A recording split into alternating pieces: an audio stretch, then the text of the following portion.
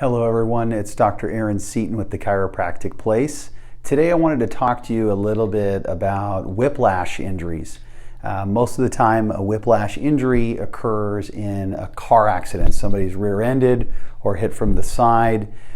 Typically at the time of the accident people don't feel a whole lot of symptoms, but after maybe a day, 2-3 days after, the symptoms really start to kick in and they can last for weeks to months, and sometimes they can even have permanent damage to the spine, which can cause chronic daily pain.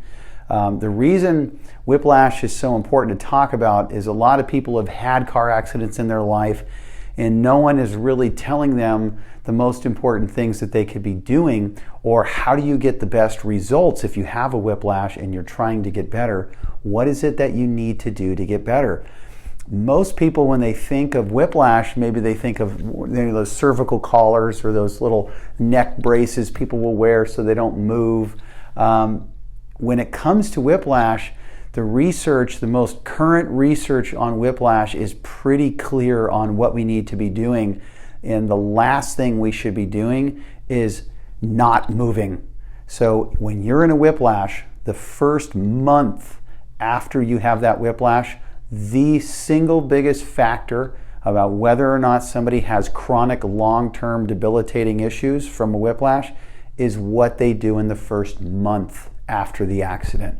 So waiting months or years to come in and see a chiropractor is not a good idea. The biggest thing that impacts patients when they've had whiplash is mobilizing the tissue that was injured. So if you had a whiplash in your neck, if it's not moving and stuck like that, that is going to lead to what's called the fibrosis of repair. That is the creation of scar tissue. When scar tissue gets in there, that can become a long-term debilitating problem. So what we recommend in our office, based on the most current peer-reviewed medical literature on this subject, is to be doing chiropractic care, massage therapy or manual therapy, myofascial work on the neck, and then we also encourage and teach our patients about stretching and home exercises when those become appropriate. The last thing we want to do is let that injured area heal in that position and stay in that position and cause long-term chronic problems. So typically when patients come to our office and they've had a whiplash injury, we'll start with a series of digital x-rays to better understand what's going on in their neck and how they were injured. The second thing we do is chiropractic examination and what's called palpation, where we're using our hands to also feel the tissue, check on the muscles around the neck and see how was this injured. Do we have a scar tissue forming already? And then we set a course of care with those patients.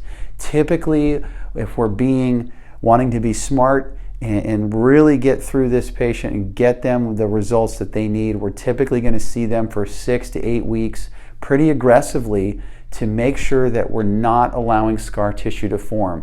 The research is very clear, like I said earlier, that the best thing you can do, the number one thing to impact your long-term outcomes, is what we do in that first month. And the most important thing we could do, keep that tissue healthy, keep it moving. Do not let scar tissue to start forming in there, otherwise we've got long-term problems.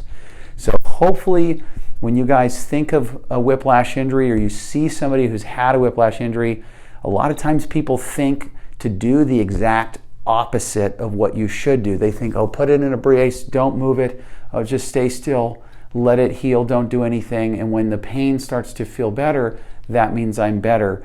Usually if you go that route, it might start to get better, and then 6 to 12 months down the road, it starts to come back, because now you've had the time to develop these chronic problems, because we have scar tissue in there, we have a loss of motion, and then long term that could lead to problems like disc degeneration, spinal arthritis, things that we don't want our patients to deal with when they've had whiplash injuries.